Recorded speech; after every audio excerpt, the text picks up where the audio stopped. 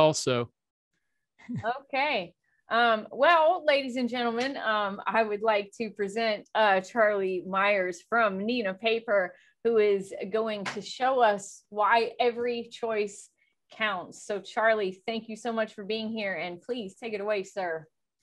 Thank you, guys. This is the last presentation of the Condi Open House, and we'll hopefully leave you with some good tips, get you to think about a few things regarding one of the subjects that I think everybody always wants to know about is how can I make my decoration last longer? How can I help my customers? And what else do I need to know? And so we've developed this presentation called Every Choice Counts, because it really does build on itself. So we'll go forward here. I don't know, most of you folks may know me, you may not. I've been with Neenah for 27 years and 17 years working with our heat transfer and dye sublimation papers. I live close to Nashville, Tennessee. I have a degree in chemistry, but I've always been in sales and been working with Condi Systems since 2005. So we're going to, again, try to help you learn a little bit about what you can do to help set yourself apart and get the right equipment and do trips, and also share tricks and tips to your customers about t-shirt care. So, again, I think most of you, I did see a couple of questions in the pre-app about, how do I get into this business? What's important?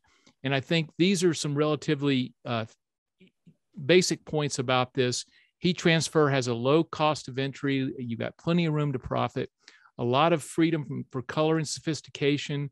You can get more customization because you can actually do a customization of one. And there are a lot of favorable attributes to heat transfer regarding sustainability in the environment.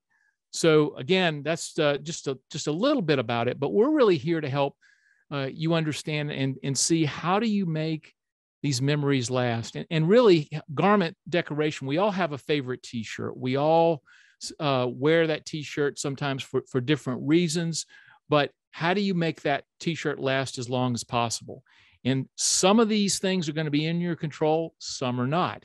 But again, we want to make sure how do you get the right choices here? Well, the first choice is to obviously use a great transfer paper. And at Neenah Coldenhove, we like to say we take it from tree to tee like it is on the shirt.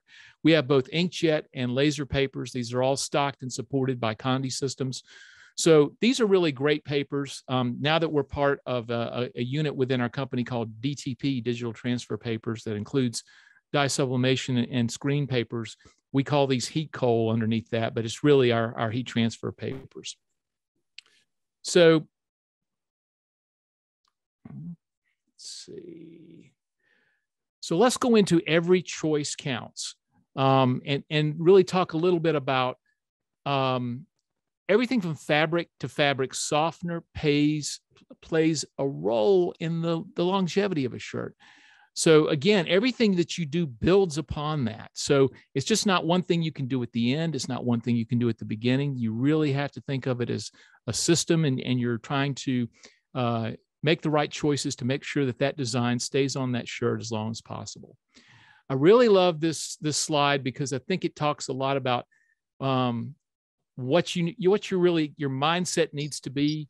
And that's the 3 P's of prepare, protect, and preserve. Prepare, protect, and preserve. So the steps within that is making sure you have good design that is not going to cause issues. Printing, and that means how you print, as well as what type of printer you're using. Pressing, that not only is the type of heat press, but how long and the things you do there. Then the wearability of that, and then the wash and dry. And that's why a lot of you are here today, is to really talk about that wash and dry. So let's take it back even before that and talk a little bit about fabrics, because that's the first choice that you actually make. What fabric should I use? And I get this question a lot, as do the folks at Condi. You really need to find out from your customers. And sometimes you're able to do this. Sometimes you're just going to have to take a guess. How is that shirt going to be used? Is it going to be worn over time, or is it a one-time event like a family reunion? Not all fabrics are created equal, and so therefore they're going to vary in cost And again, you have to really start thinking about, is this a long-term shirt, or is this for a one-time type event? Down at the bottom, you'll see throughout this presentation, we have pro tips. And there's a really good one here that talks about not all fabrics or brands will wash the same. The smoother the fabric, the better the wash. Coarse or heavy fabrics are going to have a poor wash. Let me dive into that just for a little bit. If you think about a transfer where there's a chemical bond between the fabric and this polymer coating, the finer mesh you have, the finer denier, you're going to give that a better chance, because if it's a heavier coarse weave, or even when folks like to use something like a polo shirt, where you might think, well, heck, that stuff's going at all different angles, but that fabric's much looser, and it's going to give more. It's going to give more and it's going to stress that transfer even more and give more way for it to give away. So use as fine up. If you really know it has to last a long time, make sure you use a really tight weave fabric, not a coarse weave. All right, let's talk about the fabrics themselves. There's really three choices here for heat transfer that you can use. Because of the heat, and especially, you're not able to use things like silk or nylon or rayon. The melt points are too low at this point. So we're really talking three different types of fabrics. Number one is cotton. It's the most popular because it's the least expensive. It's probably the most readily available. It's been around, obviously, for thousands of years. But the cotton industry, and for T-shirts, it's resilience, it's feel good. And honestly, let's face it, here in the States, even since the 70s, the Cotton Council's done a wonderful job of telling you how well cotton breathes and how it lives. And it is a living product. A little bit to think about here from a chemistry point of view, that this product, cotton, is a cellulose product, a lot like we have with trees. It's the same type of thing, and that is good and bad, and we'll talk about that when we get into the pressing and washing. The blend is more the middle of the road type of a product, again, where you're dealing with a blend of typically polyester and cotton. Sometimes it's a tri-blend that gives you a little spandex or something like that to give it a little bit of stretch. That used to be, if you got a shirt that was a 50-50 blend or a 60-40 blend, you would say, that's a cheap shirt. Not necessarily today, because the polyester fabric industry's done a tremendous job of getting those products softer and better feel. And they also breathe better than they ever did. I think, again, cotton had an easy time in the 60s and 70s going up against polyester because it didn't breathe. It really didn't. And today's polyester is a lot thinner in fiber spin, and it really does breathe a lot better. So that 60-40, that 50-50, or something, again, with that tri-blend, gives you a nice lightweight. It still gives you the cotton feel, but also it gives you, it won't shrink as much because you've got polyester in there. And again, if you do the tri-blend, it gets a little bit, you get that extra stretch, which helps the fabric drape over somebody. So really, really good things there. When we talk about those three, the blend is really a nice choice. Is it a little more expensive than cotton? Yes. But if you're doing 1 to 5, 5 to 10 shirts, even over time, I don't know, you'll have to make that decision. But for the performance of a blend, really does outweigh sometimes going one way or the other. The third is polyester. It's the fastest growing. When you think about things like sportswear and some of the microfibers or sports fibers, they're really just, those are other words for breathable polyesters. There are some now that feel like cotton. I've got some shirts that I can't tell the difference just by feel. And the beauty of that is they breathe well. They're not going to shrink. And again, we talked earlier about that really tight weave. That gives you a really tight weave, which again can add to leaving that longevity of your design on a shirt. So those are really the three. There's no good, bad, or wrong answer here, but the three do give you a little bit different performance on the shirt as well as feel. And some of it, again, you'll have customers who say, I don't want anything polyester. No matter what you do, you're not going to be able to convince them of that. And they're going to want 100% cotton. Okay, you've got a lot of options to go that route. Now let's talk a little bit about printing. That's probably the next and most important thing that we have is okay, what kind of printer to use? And again, this is a question I get all the time. The Condi folks get all the time. Should I go with an inkjet or laser printer? Well, I usually try to talk to the person and say, tell me a little bit about what you're doing. Are you just starting out? Or have you been in the business? What do you really want to do here? Because they both have different options. Obviously, inkjet has a lower cost of entry. The printer's not as expensive, but the inks over time can be more expensive. Laser printers are faster, but again, they give a little bit different feel if you don't have a self-weeding paper that is going to feel a little more plasticky. So again, it kind of depends on what you're trying to do and where you are. Ultimately, if you're going to be in the heat transfer and garment decoration business, you're going to need both, because sometimes the feel of that inkjet is really going to give you the ability to do things versus laser. Now, one other thing to consider is, how often are you making transfers? Is it every day? Is it every 3 days? Is it every week? Is it every couple of weeks? Because over time, inkjet printers, they need to be run at a consistent rate, or they can tend to, the inks can tend to clog. They do have some self-cleaning capabilities, but you don't want to leave them sitting for a month or 2 months and then try to turn them back on. You're probably going to have a problem. With a laser printer, you can turn it on 6 months later and you're not going to have an issue.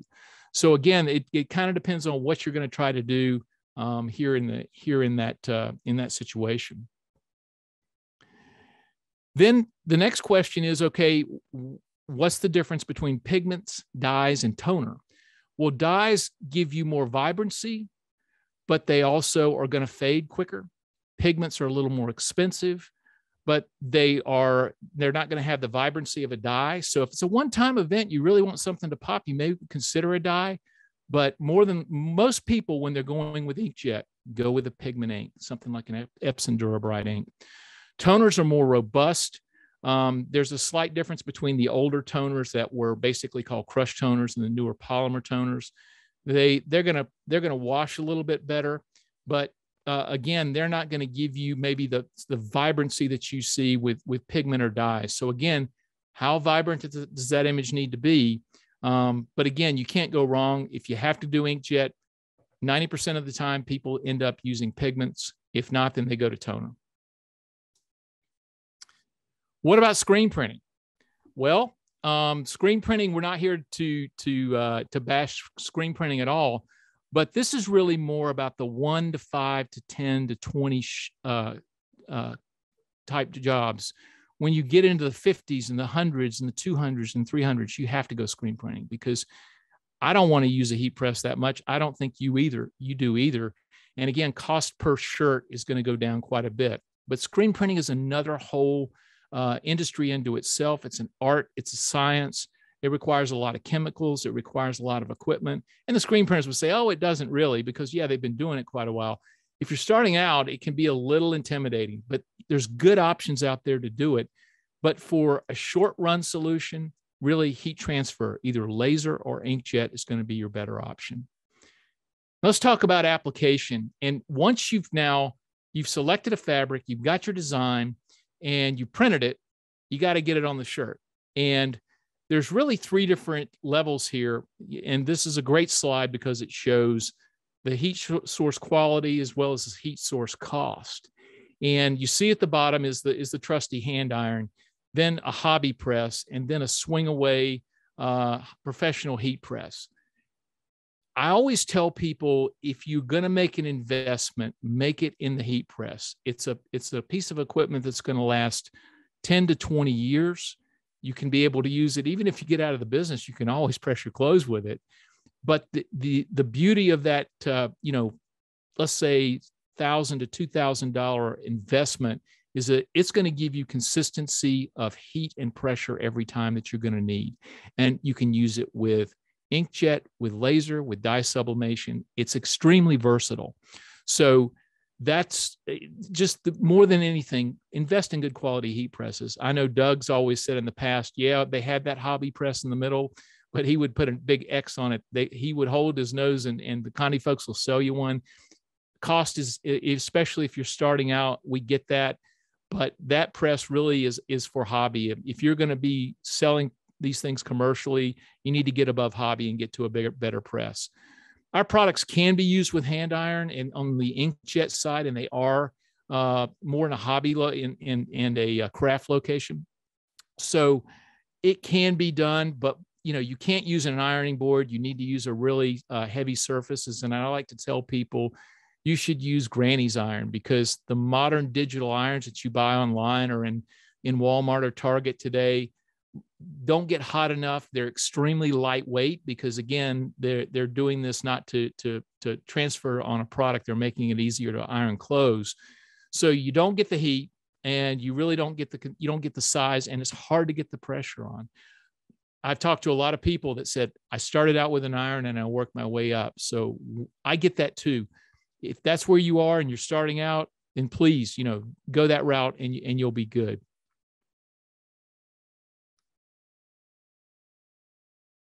Okay. Why is my screen not going where it needs to go? And by the way, guys, I do see that somehow I got my laser pointer activated and I have some stuff on the screen, but I'd rather keep going. I don't think it's that bad. It may be in your mind, but I'd rather keep going because it's the end of the day, and I know you want to get out and do something on Saturday evening. Again, yep. Charlie, that's actually been an ongoing problem. Zoom allows you to draw on other people's screens, and so that's other people drawing on your screen accidentally. Okay, no worries. I just knew I wanted you guys to know that I knew it was there, but I just kept going. No, good. You're good to go. Okay. Again, so for hand iron versus heat press, if you have to start, you can do it. And we do have a lot of people that, especially that start buying our products online, they'll start with that. But really, most of you that are here are already in the garment decoration business. And if I can recommend one thing, even before you upgrade your printer, upgrade your heat press. You will find that is the most, we spend a lot of time getting our papers that are, consistent for you, so that that they're going to perform the same every time, but you lose that consistency if you don't have a good heat press.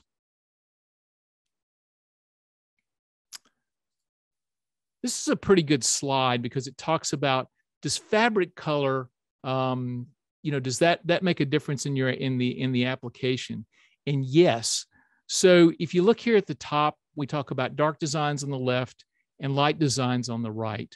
And if you have dark designs on dark fabrics without that white layer that you all know about, that you can get with the Okies and white toner printers, that's one that we, really have to. If you don't have that, it's just going to blend in the back. When we introduced Image Clip Laser Dark to the market in 2009, there weren't any white toner printers. So all you could do was colors. And that was pretty cool because it was self-weeding transfer paper that you could actually put colors on. But people realized very quickly that 98% of the transfers to dark out there need that opaque or white background. Light designs on dark fabrics, again, same issue. It just sort of fades into the background. So the middle part talks about dark designs on light fabrics. Super, looks just really good. But if you're going to go, people say, well, what do you need to do? Go light designs on light fabrics. Light transfers work best when they're intended for white and light color fabrics. So for dark designs, you can really go all over the place. That's not an issue. Sky's the limit.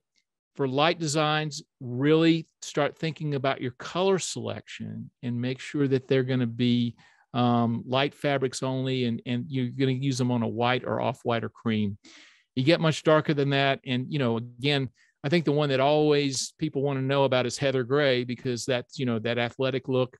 And how does that really work? So again, it'll work there, but you really have to think about that. All right.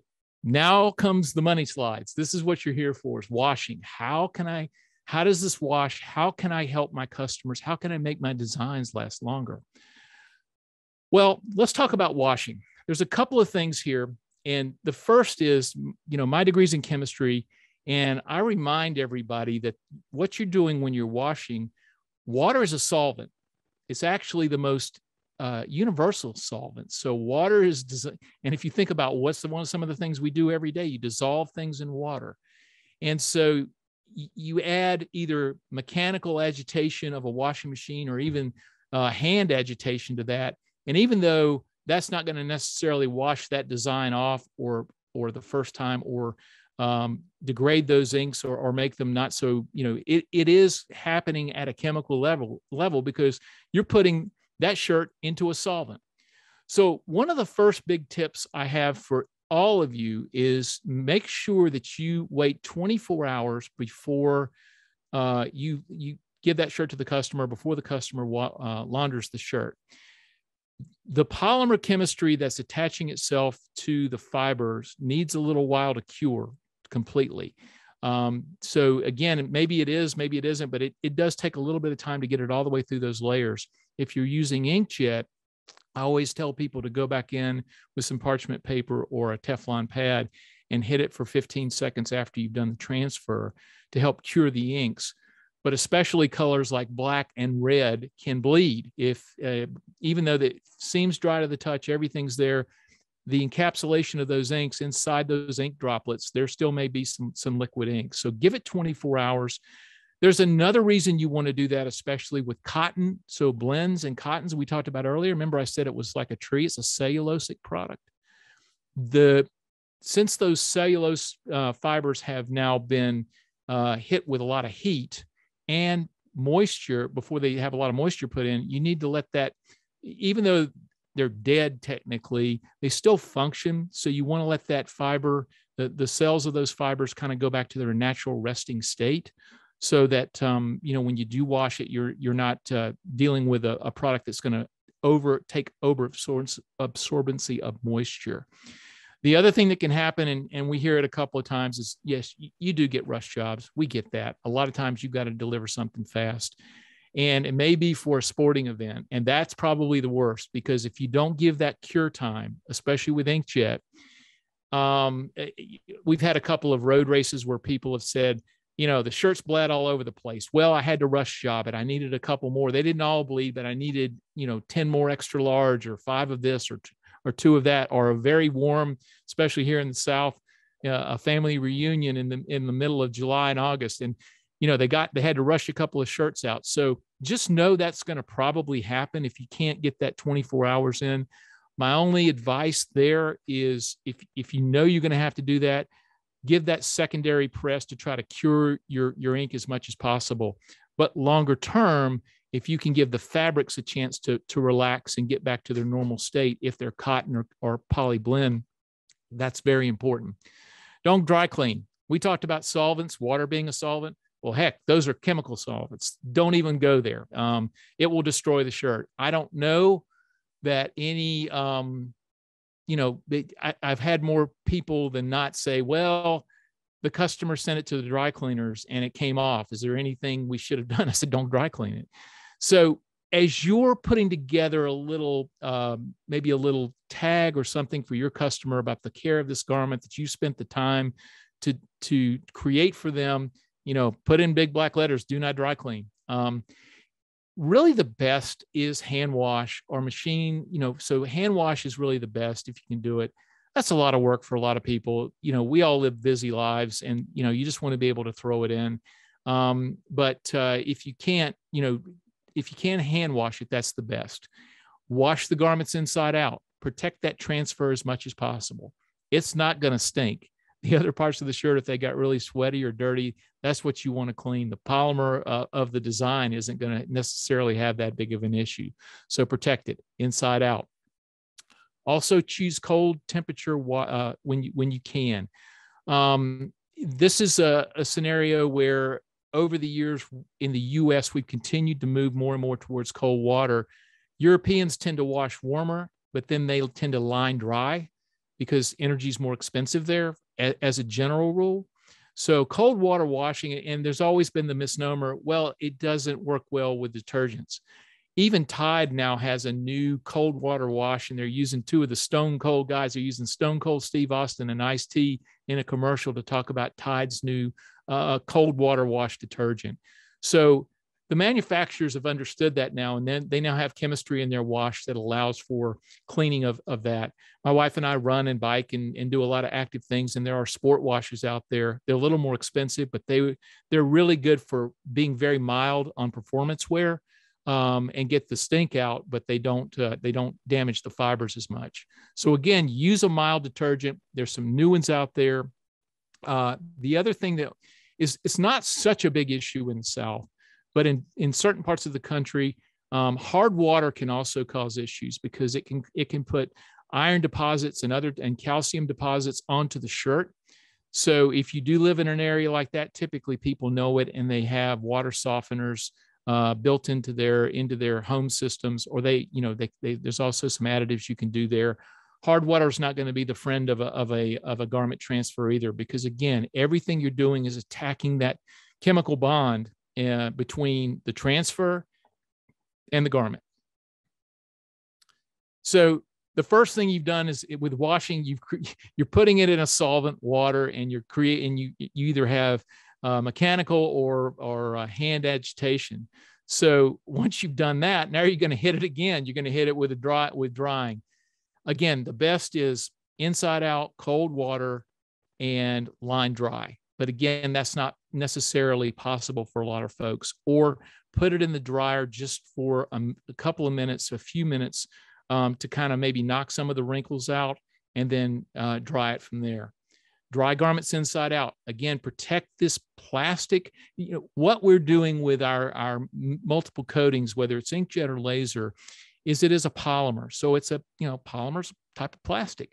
Protect that polymer from the heat and of the dryer. The interiors of dryers are metal, and you're putting plastic on metal at high heat, it's going to stick. And we usually have that. So dry on a low tumble setting. If you can, hang inside out. The next one's really, really important. Do not use liquid fabric softener. Liquid fabric softener acts as a lubricant within the fibers, and it actually gets in between, again, this bonding that we have with the transfer and the shirt. So it's starting again. It acts almost like a solvent. It acts like a lubricant. It gets in there like WD-40. And while it makes the fibers softer on a cotton item, it's also opening those up, and it's just causing all kinds of issues. So now dryer sheets, on the other hand, are a different type of thing. If you want to use dryer sheets, that's not going to cause an issue, but liquid fabric softener is a no-no. If you want to use that on your sheets and towels, great, but not anything that you put this transfer on. And then obviously, this, but sometimes customers go, well, can I directly iron on the transfer? Again, it's already in place. You're just going to melt. You're going to have an issue. So don't go there, or tell your customers not to go there. Again, we talk about heat using my chemistry background. Your heat is really, you're taking it's the energy from a high heat source to a low heat source. So you're adding heat, which is unfriendly to this bond, as well as agitation. And so again, you're attacking those things. So again, everything you can do here is keep it as low as possible. If you have to dry it, and if you can, try to line dry is really best. In today's world, I've seen a couple of people that are doing this. Get a QR code generator. They're not necessarily very expensive. You can get them as apps for your phone, and create a page like this back to your website, and then create a QR code that you can put on a label on the garment. Everybody seems to have a phone that they love to click on a QR code and have it go back to these things, so that they go, oh, okay, yeah, I got to do cold water. I need to do this. I need to do that. So that's another way that once that shirt's left your shop and has gotten to the end user, maybe they'll see that. Maybe they'll think to do it. It's just one more way that you can at least try to get this information to the customer and make them realize, this is not something that if you just throw it in and think of it as something that's going to last a long time, you're going to cause issues. So there's the things that we like to talk about. No matter what you do, you're going to see some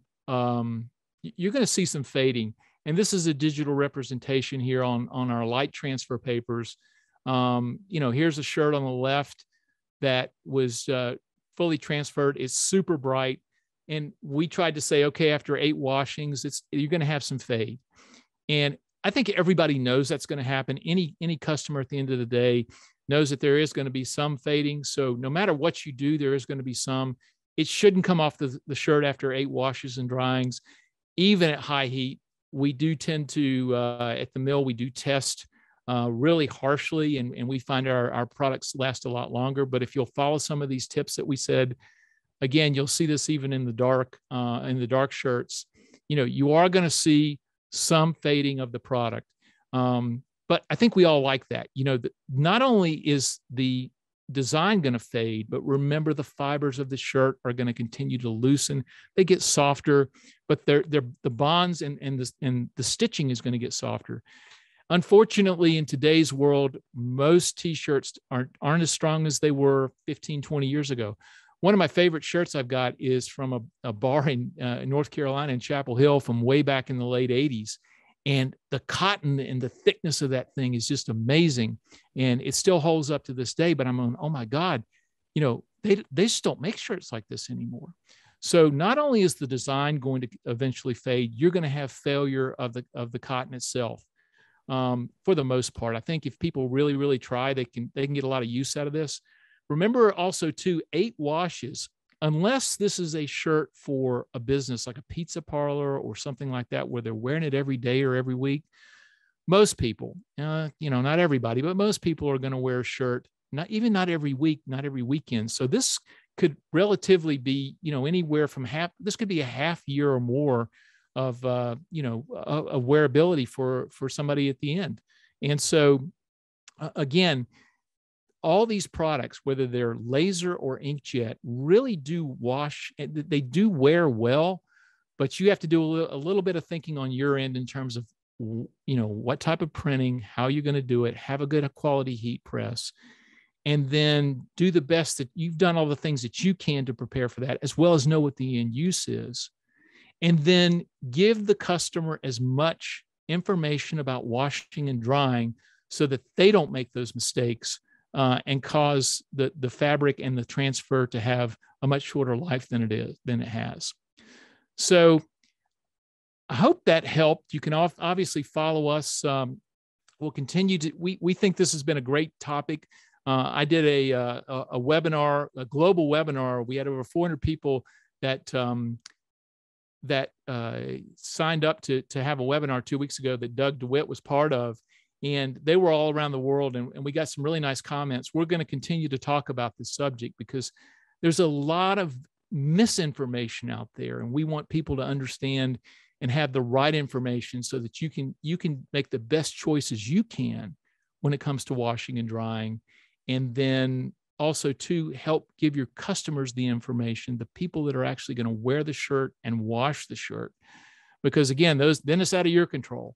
But you can do a lot to give them the correct information so they can do their part to make sure that the product lasts quite a while. So with that, I wanted to leave some time for questions. And Sprite and Doug, I don't know if we just should go down the chat or if you guys, I don't know how you guys have been doing that so far. How we want to handle questions. Yeah, let's go through the chat real quick. Okay. And again, if we don't get to everybody or it's going to be a really in-depth question, we may take that offline, and I'll be happy to call someone, or we can do that next week. But let's see what we come up with. Okay. I'm kind of scrolling up and down too. Yeah, I love the feel. I love people.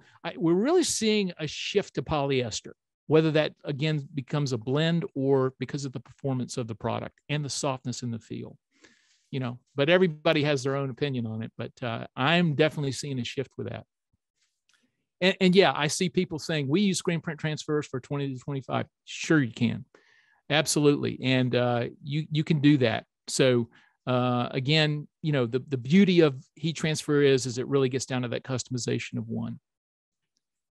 And, people talk about hobby presses. Let's see, is there anything else?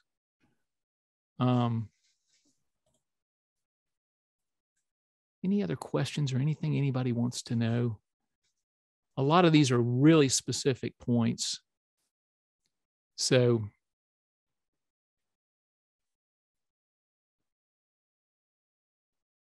let's see if there's anything else. When you wash it, when you do recommend to wash inside out, correct? Absolutely. Please do that. Protect that transfer as much as you can. And how you do that, of course, is by inside out. You're keeping it a little bit away from the water. You're also really keeping it away from the drying. So always inside out. Do you have a chart with washing instructions? We don't yet, but that's something we're going to put up on our website, and of course Condi will have access to that. And can you send me a copy of this so I can post this in the session? Absolutely. Fantastic. Absolutely. And we don't carry a sample pack of Neenah papers, do we?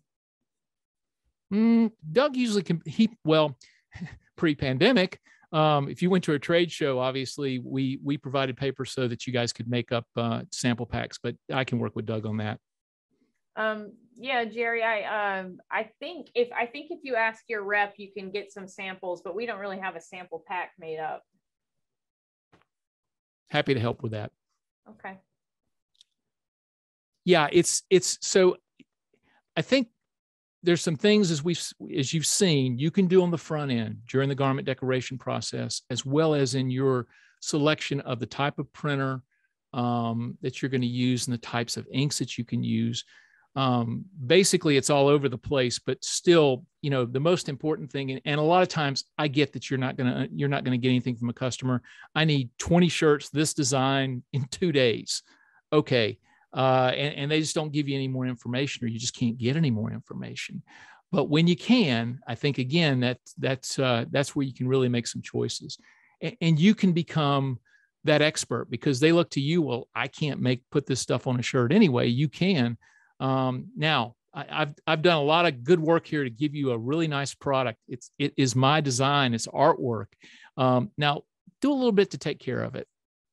So again, that's why I really think, a QR code generator with a QR code on a little label might be the way of the future, because again, people will go, okay, yeah, let me click on that. And if it takes it back to your website, again, that's good for you, because then that helps them remember who you are, but also to give a little bit of that washing information.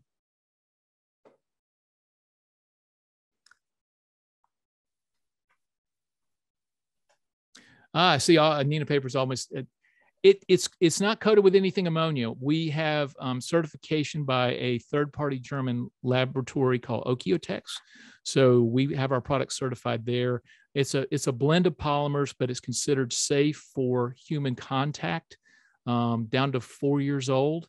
So again, below that, anything below that, it gets in the infant range, and that's regulated pretty heavily. If you notice, that's why you don't see many infant shirts that have really, really heavy designs on them. They have really, really light inks, but there's no ammonia in there. Sometimes it may just, I don't know quite why it smelled like that, but we have to use very safe coatings for two good reasons. Number one, the mill that coats this is on the shore of Lake Superior in Michigan. So we're highly regulated about the types of products we can bring into the mill, because if there ever was, God forbid, a spill, and we spill into the largest freshwater lake in the world, that wouldn't be good. And then secondly, we have to have things that are safe for human contact. And that's where we get this third-party certification every year. So yeah, I came in a little late. Is this for regular inkjet? Yes, dye or pigment-based inkjet, or also laser toner. Somebody said, that's why I include a care card. Great, super. Yeah, samples would be great. I think everybody misses the trade shows, and we'll be back at some point. Yeah, dye sublimation's a little bit different, because again, remember that the ink is actually going into the polyester fibers, so you get quite a bit more longevity when you go dye sublimation. Again, the issue there is that you can't go into dark shirts at this point. Maybe one day. Who knows? Okay, anything else? Jim, I love that your dog is really into this. Yep. That's awesome. My wife brought me down some food, and to keep the dog from crying, I had to put her up on my lap. Okay. She is adorable. Thank you. I've loved all of your animals the past couple of days. So thank you all. Well, I didn't want to go long with this. I kind of clipped it down because I knew this was the last presentation of the day. And I know you all have been going through presentations, and it is Saturday afternoon late, at least here in Central Time, US. And, I wanted at least to get you some thoughts, more than happy to discuss it in depth at any time. I'm available to talk it through, or if we can help in any way. But again, I think you begin to see that there's a lot of choices here. And I think that's what we wanted to show, that some you're in control of, some you're not.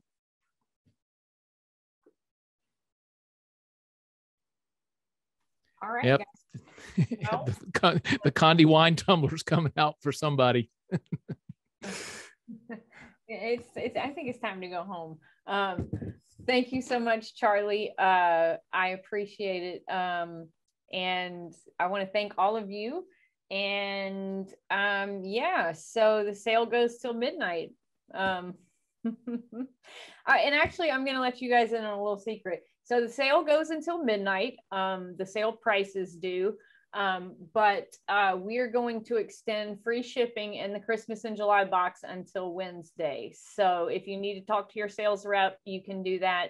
But the sale price is due in tonight. So if you want some equipment, you better get it tonight. But anyways, guys, this has been amazing. Thank you all. Thank you, Charlie. I'll see you all soon. Bye. Thanks, everybody. Have a good weekend.